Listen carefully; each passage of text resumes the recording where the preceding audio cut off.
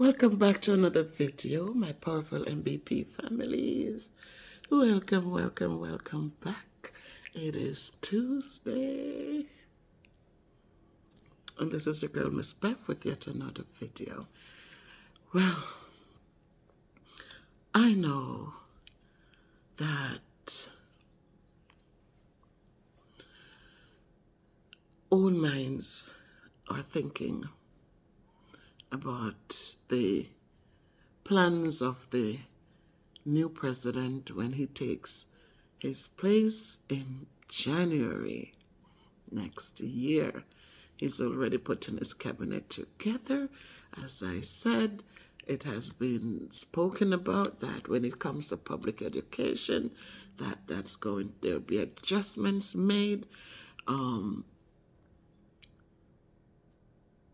They're just going to be every president that takes office, they go in with their agenda and they put it out there, and they have a House, they have a Senate, and it goes through these people, and depending on how they feel and how it affects them personally, how it affects their families, then the bills are passed, the laws are passed, or they are denied. So we can only hope for the best.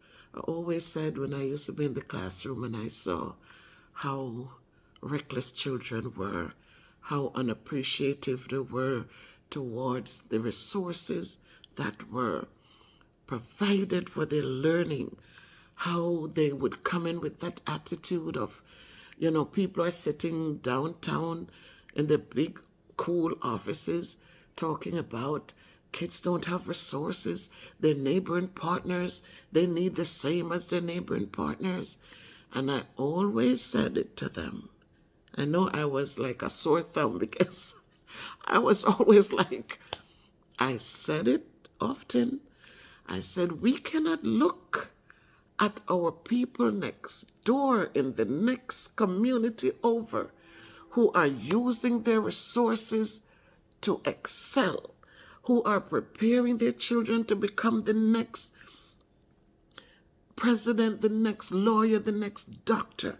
We cannot look at them on what they have when they're using their resources to better themselves, while we sit on the resources that we have and we do absolutely nothing but destroy it. We look over in West Hartford and we see, oh, they have this, they have that. And even when we get them in the classroom, every classroom has a smart board. Every classroom has this, every classroom has that. We get laptop cards. What they do, they break out the keys from the devices. They do all sorts of evil with it. When you do a whole group, and you say, okay, today we're going to go on Zern. Zern is a resource to help them to build their math skills. And when you go on to the Go Guardian screen, and when you look at how many of them is YouTube, no matter how you block them out, they bypass the way to log in with their student IDs, and they hide and they log in, and then they are doing nothing to support their learning. When you shut down the computers, they tell their parents, oh, I'm doing my work. And so I always said it. I said, when we are not using what we have, we're just looking for what other people have. Well, we have, and we're not using it, we destroy it. The day will come, I said, if parents were contributing to their children's education, I am sure they would have used the resources that they have in a better way. When you get 65 kids in a classroom and only have one kid on grade level, it is not good. And I consistently said to the kids, if these children in Jamaica could get a 1/50th of what you guys have here that you destroy, I said, my God, our kids in Jamaica would have been on top of the world. I said the kids in Jamaica have to buy their own books.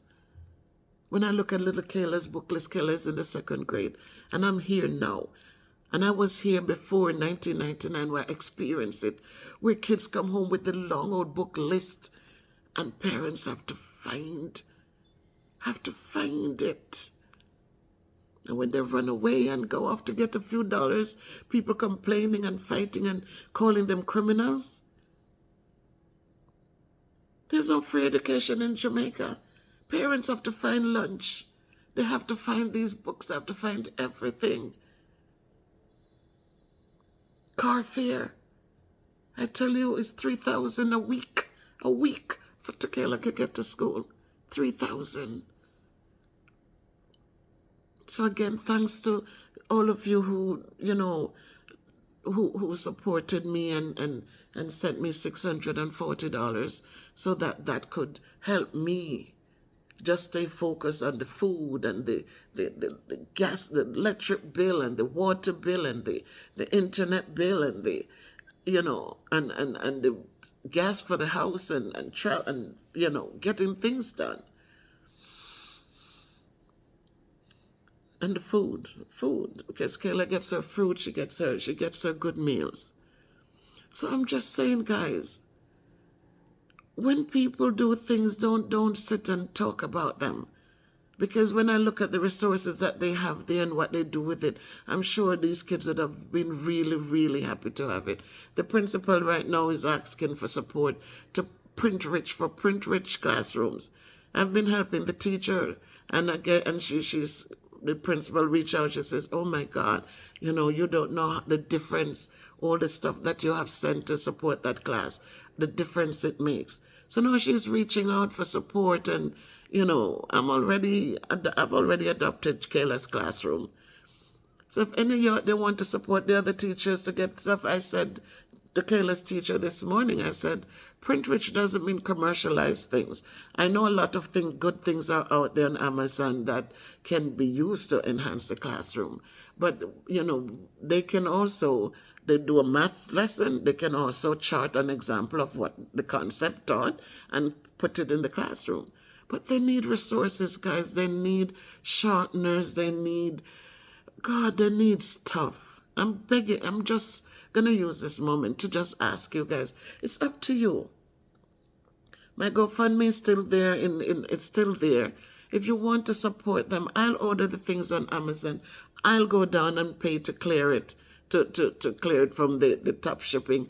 I will get it to the school. Right? If you want me to give you my top shipping information, you order the thing on Amazon. If you don't want to send the funds to me, you just order a sharpener, charts, math charts explaining addition, subtraction, division, all of those concepts in math. Language arts for the lower grades to the upper grades. Stuff to just put up in the classroom, geometrical shapes, information, explanation of how to divide, how to multiply, how to subtract, how to do these things, how to find the area, how to find perimeter, how to order of operations. All of those things, guys. If you want to go on Amazon and you want to support them, I will get it to them. If you're interested, again, my email is msbevsproductions@gmail.com. Get over there. I will give you my top shipping information, and when it comes, I will go down and pick it up. So each one helps one, guys. Each one helps one. So now they're talking about getting rid of education, getting rid of public education, and people will have to pay into it. I guarantee you kids are going to do better because parents are going to make sure that their money doesn't go in vain. When they have to buy books, when they have to pay for lunch, when they have to do these things, they're contributing to the welfare. When people get things for free, they don't care about it. Years ago, when there were times gone by when you would send stuff down to Jamaica to people and they pick it up. What they say, them I said, you pay $20, $30 for a shirt, and they pick it up and ask what they say. If it not have name brand stamp on it, them no want it. But when people have to buy for themselves, they will take cheaper than $20. They will go buy a $9.99 shirt because they know now it's their money and they know the value of it. But that's not what I'm talking about today. I'm just talking to my returning residents and ask, what are your plans when these criminals return? How are you thinking about it? How are you going to make changes if you have not, or will you make changes when they come? We know that when people don't have, and they will do the unthinkable just to make sure they have. And so in my head, I'm wondering, I know that they said the crime have not been so bad as, again, I said I came home and I've been able to go around the place. And you know, but how will it be? Will things change drastically when they bring them home? As I said, is the government creating shelters for them? But even if they do, how long will that last? When people are living abroad and they're used to certain things, it's hard for them to come home and readapt to what they had before. When they get up and water is always there, and they could take their shower and they could get a warm shower if the water is cold. And when they come home, are they going to be wanting those things? How is it going to be for us who have returned here? The thought has crossed my mind, and from last week I've been thinking about it, and I've been wondering about it, and just wondering.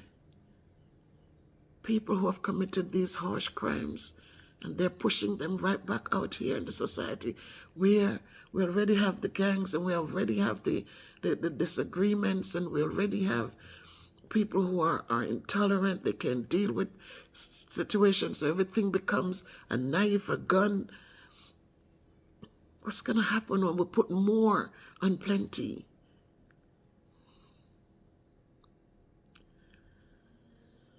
I can only ask us to just keep praying. Just pray that God will intervene and that God will just guide and protect. That He'll open doors for them who are coming back and help them to understand that the people who are here, people who have worked hard abroad and come home with their little retirement, it's not even much sometimes. There's no paycheck coming in week after week. It's just a one little check each month. That they will understand that we did nothing to them. We're not part of their problem. And so that they will let people just enjoy Jamaica as they have been enjoying it. A lot of people take out their state status in life on the wrong people. People who have nothing to do with them. A lot of us have been so, like for me in the classroom, what I am there for is to use these God-given hands to be a blessing to my kids.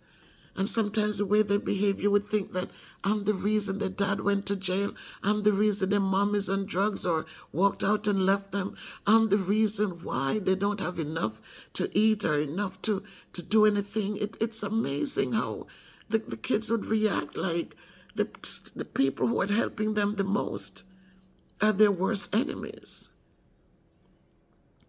So my prayer, guys, is that these people coming home, not only men, but the women as well, that as they come, that they'll take a moment to think about their situation and to understand that we, the people, are not their enemies. We have done nothing to them.